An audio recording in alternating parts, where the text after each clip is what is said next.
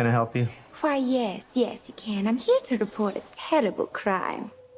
And what terrible crime is that? This one. Ah, shit. I told this all wrong. Quick history lesson.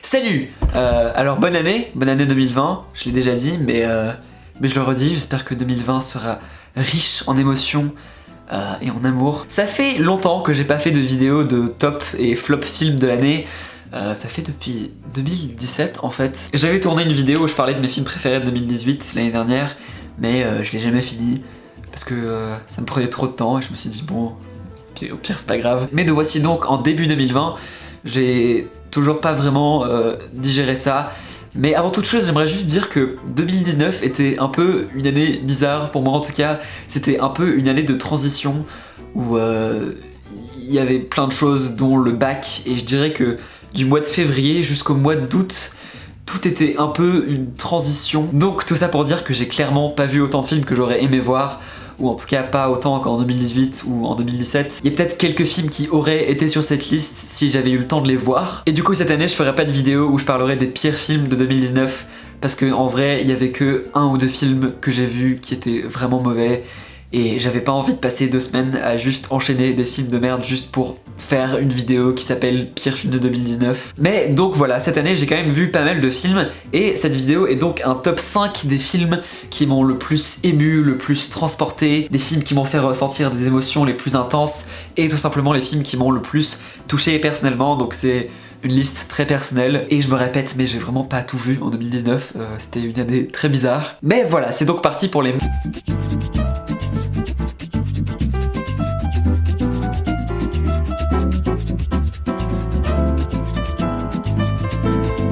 En 5ème position, il y a un film que j'ai que vu récemment pendant le mois de décembre, mais quand je l'ai vu, j'ai direct su que c'était un des films les plus divertissants et bien écrits de l'année. Je parle ici de Knives Out, ou À couteau tiré en version française, le dernier film de Rian Johnson. Rian Johnson. Ce film est un thriller policier dans le style de beaucoup de thrillers policiers des années 50, hyper kitsch. On est vraiment sur une histoire de meurtre et de savoir qui est le meurtrier. Ce film a un casting absolument fou entre Daniel Craig qui joue un détective sur l'enquête, Chris Evans, Jamie Lee Curtis, Michael Shannon, Lakeith Stanfield aussi, putain j'adore cet acteur. Ce film était vraiment surprenant. Bon, ouais, sans déconner, c'est un film de Rian Johnson. Mais justement, je trouve que le style de Rian Johnson en tant que réalisateur marche super bien pour ce style de film. Je peux rien dire sur l'histoire sans spoiler. Tout ce que je vais dire, c'est que dès les premières 20 minutes du film, j'étais totalement investi dedans, et j'étais totalement dans l'univers du film. Même si le prémisse de ce film peut paraître assez basique, en soi c'est juste un thriller policier où il faut savoir qui a tué qui, bah j'ai trouvé que sa manière de raconter l'histoire et de faire évoluer les personnages était super intéressant. Et d'ailleurs, parlons-en des personnages, parce qu'ils sont vraiment hideux. Non mais bon, nos personnages principaux sont vraiment attachants, joués par Ana de Armas et Daniel Craig. Ils ont une dynamique assez unique tout le long du film et ça marche vraiment bien, mais les personnages de cette famille sont juste horribles. En tout cas, si vous avez pas trop aimé passer du temps avec votre famille à Noël, ou que vous avez un oncle un peu raciste, bah vous allez adorer ce film, parce qu'ils sont tous affreux, juste concernés par l'argent, mais ils arrivent quand même tous à avoir une manière bien à eux d'être odieux. Enfin bref, en plus de ça, ce film est très bien réalisé, avec un style visuel qui lui est vraiment propre, beaucoup de choix de couleurs qui correspondent bien aux personnages. Les décors et les costumes sont vraiment excellents, où tu sens bien que cette maison où a eu lieu le meurtre est assez traditionnelle et bien structurée, avec notamment un plan où on trouve énormément de couteaux qui sont alignés sur un mur, qui sont centrés autour des personnages. C'était un plan très symétrique et très satisfaisant. Donc voilà, ce film était un pur plaisir à regarder. J'en suis ressorti avec le sourire en me disant waouh, c'est pour ce genre de film que je vais au cinéma. Donc oui, si vous êtes énervé avec Rian Johnson pour un certain film qu'il a fait, dont je me souviens plus du nom, ou même si juste vous aimez les bons films et les bons thrillers policiers de meurtre, et bah allez voir ce film. Tell me what happened to my grandfather. I think you have something you want to tell me.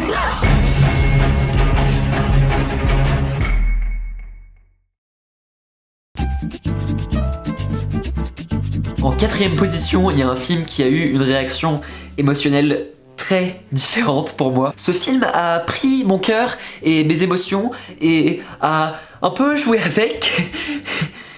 Portrait de la jeune fille en feu est réalisé par Céline Sciamma, j'espère que je prononce bien son prénom, et raconte l'histoire de Marianne qui est chargée de réaliser un portrait de mariage d'Héloïse. Sauf que celle-ci ne veut pas être peinte car elle refuse ce mariage et Marianne devrait réaliser ce portrait d'elle en secret. Et ouais voilà, c'est tout ce que je vais dire dessus. Rien que d'en parler là et d'un peu revoir les images, ce film m'a totalement bouleversé émotionnellement.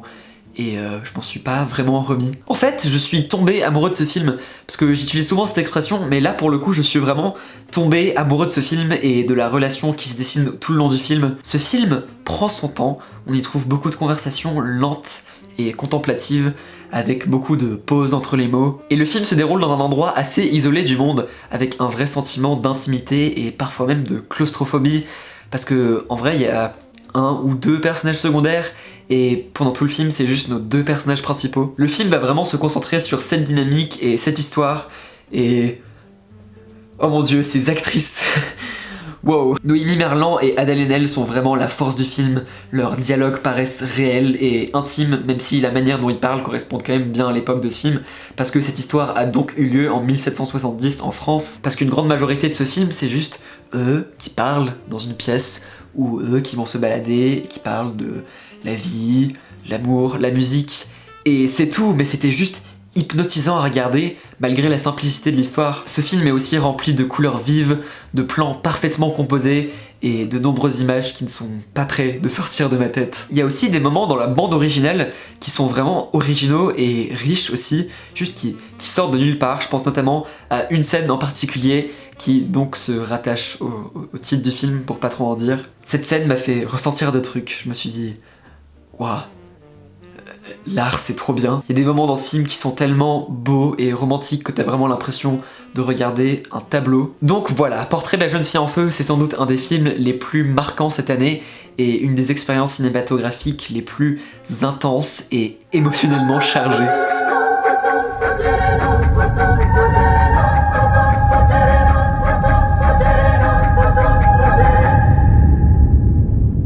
Quel en est le titre? Portrait de la jeune fille en feu.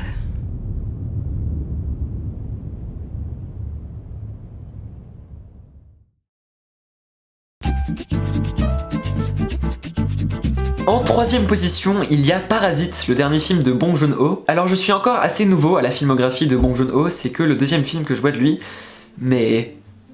waouh, ce film était une grosse claque. Ce film raconte donc l'histoire d'une famille assez pauvre, tous au chômage, qui, par leurs propres moyens, commencent à travailler un par un pour une autre famille qui, elle, est très riche. Et puis en plus de ça, c'est des postes assez intimes. Il y en a un qui est prof particulier, un autre qui est un chauffeur.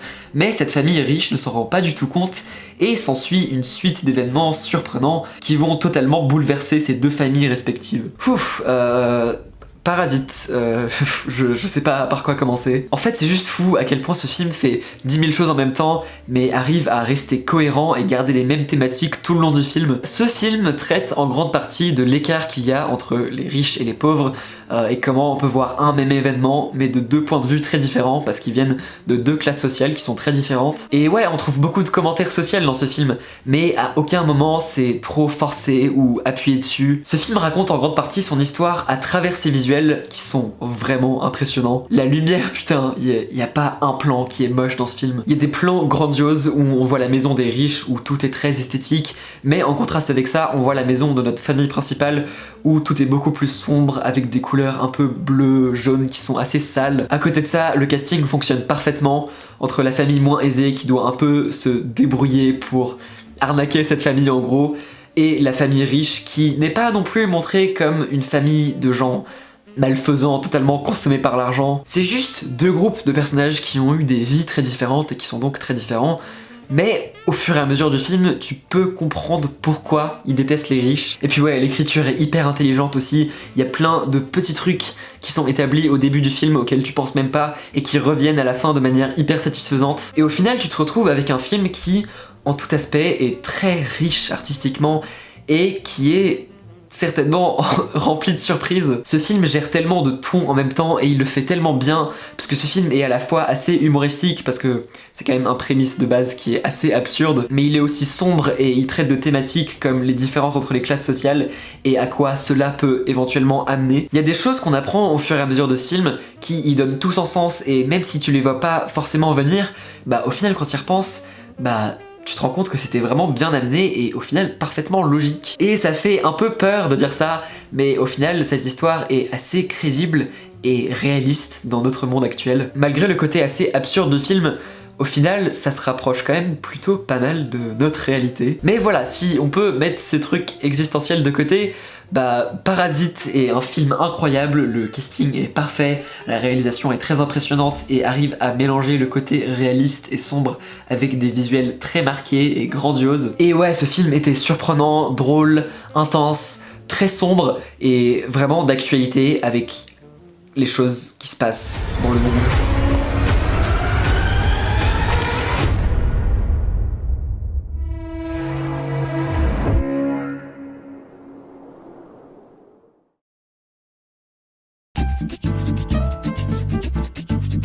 Alors, on commence vraiment à se rapprocher du top.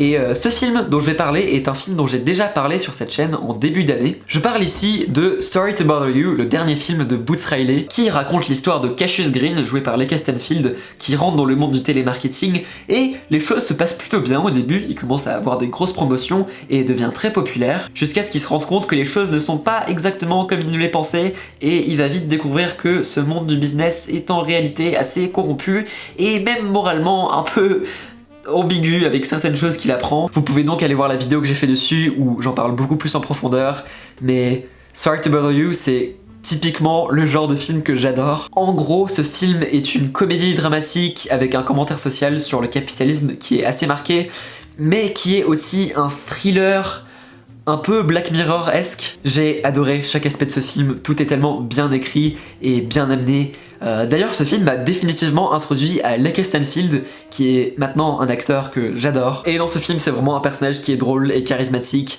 parce que Cassius Green, dans cette histoire, c'est un peu le seul personnage qui reste normal tout le long, et tu vas vraiment suivre l'histoire de son point de vue. Et son arc était vraiment satisfaisant. Lakeith Stanfield, c'est vraiment le gros point positif de ce film. Tous les autres acteurs sont super aussi, entre Armie Hammer qui joue le méchant du film, et Tessa Thompson qui joue sa copine. Le casting est excellent, et la réalisation est vraiment très créative, notamment dans la première partie du film où Cassius Green essaye de vendre des trucs à des gens et c'est filmé de manière à ce qu'il soit littéralement dans la même pièce que les gens. Du coup, ça crée une sorte d'intimité un peu bizarre où juste il débarque dans la vie privée des gens pour faire genre hey, je peux vous vendre des... Ce film est très bien réalisé avec un montage super efficace et une BO assez éclectique. On trouve pas mal de morceaux de hip-hop qui sont chouettes et qui marchent bien, mais aussi des passages vocaux qui sortent un peu de nulle part, mais qui rajoutent beaucoup de caractère au film. En fait, ce film est très créatif dans sa manière de raconter son histoire et sa manière de montrer visuellement comment les personnages évoluent, comment ils s'habillent, comment ils se comportent physiquement, tous les petits changements subtils qui, au final, amènent à une fin surprenante mais assez logique au final. Vraiment, entre ça et Parasite, je pense que c'est juste moi qui adore les troisième actes de films qui partent totalement en couille. Voilà, je peux pas assez conseiller ce film aux gens. Si vous aimez le cinéma, si vous aimez les films étranges qui vous font ressentir des émotions très différentes, bah regardez ce film parce que c'est certainement un des films les plus uniques et divertissants en 2019. I can see that you want to say no, but I wouldn't do that before you see what I'm offering.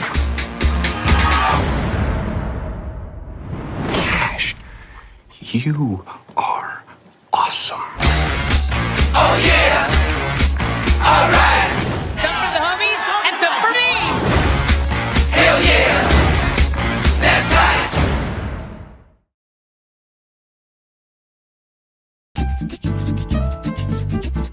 Voilà, donc maintenant on va arriver au top 1, mon film préféré de tout 2019. C'est vrai que c'est que la deuxième vidéo de top film de fin d'année que je fais, mais pour moi je garde quand même une liste de tous les films que j'ai le plus aimé pour chaque année. En 2016 c'était bien évidemment Swiss Army Man, le film qui m'a donné envie de commencer cette chaîne tout simplement. Et ouais, j'aime toujours autant ce film, j'ai vraiment envie de le revoir. Mais j'attends le bon moment pour revoir ce film. Ensuite en 2017 il y avait eu A Ghost Story dont j'ai déjà parlé, qui était juste une expérience transcendante. Ce film je l'ai déjà revu, mais je me vois bien le revoir encore une fois. juste pour revivre cette expérience. Et en 2018, j'en avais pas encore parlé, mais mon film préféré l'année dernière, c'était How to Talk to Girls at Parties.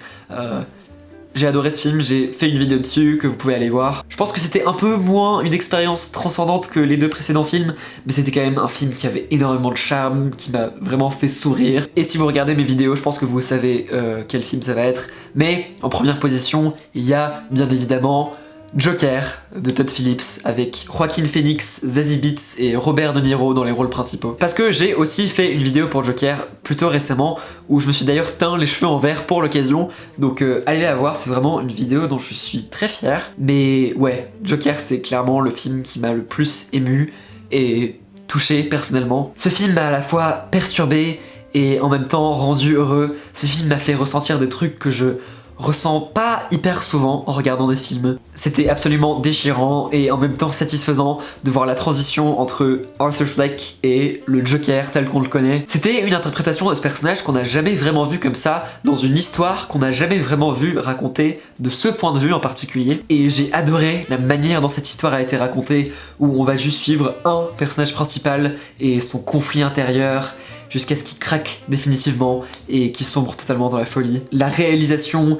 et la photo est tellement belle, mais en même temps tellement dégueulasse, avec le côté très sale de Gotham City, mais en même temps dans un film qui reste très stylisé visuellement, avec des couleurs vertes et sombres qui ressortent beaucoup. Ce film a juste un style visuel et de manière générale un univers qui lui est propre. La musique est sombre et atmosphérique, le casting est excellent, et putain j'ai même pas parlé de Joaquin Phoenix. Joaquin Phoenix est vraiment un acteur que j'adore, et dans ce film il a vraiment le bon équilibre entre les deux aspects de son personnage, où en même temps il a une vie de merde et t'as vraiment de l'empathie pour lui, mais d'un autre côté c'est vraiment une présence sombre et menaçante et tu sens qu'à n'importe quel moment il peut juste craquer et faire quelque chose d'horrible. Ce film ne fonctionnerait tout simplement pas sans cette performance de Joaquin Phoenix et c'était un pur plaisir à voir, même si il y a quand même des scènes qui sont déchirantes, il y a des scènes qui sont crispantes. Je pense notamment à une scène en particulier de stand-up qui était dure à regarder dans le cinéma, j'étais pas bien. J'étais vraiment pas bien. Et pendant une grande partie de ce film, j'étais pas bien, mais en même temps, c'était une histoire tellement fascinante à regarder, il y avait pas un moment où je me suis ennuyé dans ce film. Donc voilà, c'est peut-être pas le choix le plus original pour un top film de l'année, mais pour moi, c'est clairement le film qui m'a le plus touché. Devant ce film, j'étais heureux, j'étais triste, j'étais ému, et parfois quand je regarde des extraits du film, ça me donne des frissons, et ça me donne juste envie de le regarder encore plein de fois, et de continuer d'en parler.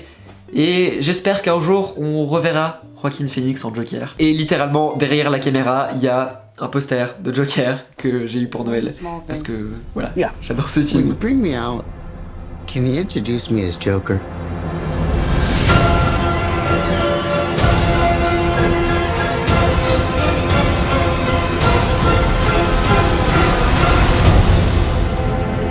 Send in the clowns.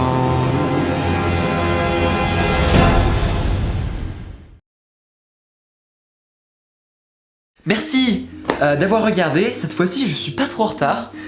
C'est quand même un peu fou. Peut-être que l'année prochaine, je serai encore plus en retard. Encore une fois, j'ai pas tout vu en 2019, mais ces 5 films sont vraiment des films qui m'ont énormément touché, que je vous conseille si vous ne les avez pas vus, même si je pense que c'est quand même des films que globalement la plupart des gens ont vu. Mais ouais, voilà, ça faisait longtemps que j'avais pas tourné dans ma chambre et je voulais un peu revenir à ce décor. J'ai essayé quelque chose avec les lumières et il y a eu des rénovations, du coup là c'est encore un peu vide. J'espère que la prochaine fois ça sera un peu plus vivant, il y aura plus de trucs sur les murs. Mais voilà, merci d'avoir regardé. Récemment j'ai sorti plein de trucs, vous pouvez aller voir la grosse vidéo que j'ai fait sur Star Wars 9 et ma dernière vidéo où je parle de The Lighthouse, qui est un film que j'ai failli mettre sur ce top, mais au final je l'ai pas fait parce qu'il y avait pas vraiment de place. Mais vraiment The Lighthouse c'est aussi un de mes films préférés de l'année, je pense. Voilà, donc comme j'ai dit, 2019 c'était un peu une année de transition où plein de trucs ont pris fin et plein de trucs ont commencé. Donc j'espère qu'en 2020 je vais vraiment pouvoir concrétiser et finir des projets de musique et de films. Donc ouais, je sais que je me répète un peu, mais c'est vraiment des trucs que j'ai très hâte de faire et qui me donnent beaucoup de joie. Donc voilà, merci d'avoir regardé. Vous pouvez me retrouver sur Facebook, Twitter, Instagram, et j'ai aussi une deuxième chaîne YouTube où je fais de la musique et des films. Tous les liens sont dans la description. On se retrouve bientôt pour de nouvelles vidéos. To the bedroom, shake you from your bed. I'm the fire inside your matchstick head. I'm the fire inside your matchstick head.